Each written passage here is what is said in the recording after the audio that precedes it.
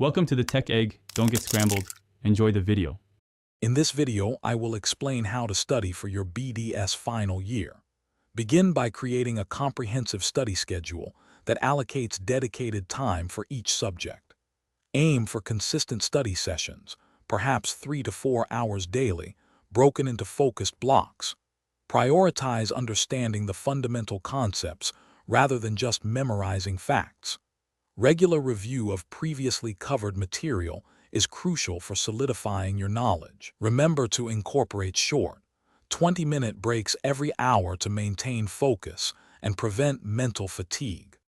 For your BDS final year, concentrate heavily on core subjects like prosthodontics, oral and maxillofacial surgery, periodontics, and conservative dentistry.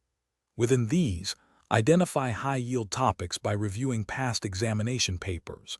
This helps streamline your efforts. Understanding the clinical applications of theoretical knowledge is paramount, so focus on common case scenarios. Additionally, a strong grasp of pharmacology, including drug mechanisms and appropriate dosages, is essential for safe and effective patient care. Clinical experience is invaluable. Actively participate in all postings to gain hands-on experience with a wide range of cases. Practice presenting detailed case histories and comprehensive treatment plans, articulating your rationale clearly. For viva voce examinations, engage in group discussions with peers and faculty, simulating exam conditions. This helps you articulate your knowledge under pressure. Continuously refine your diagnostic abilities and clinical decision-making skills through every patient interaction.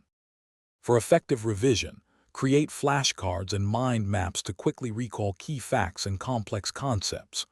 Regularly attempt mock examinations under timed conditions. This simulates the actual exam environment and helps manage time effectively.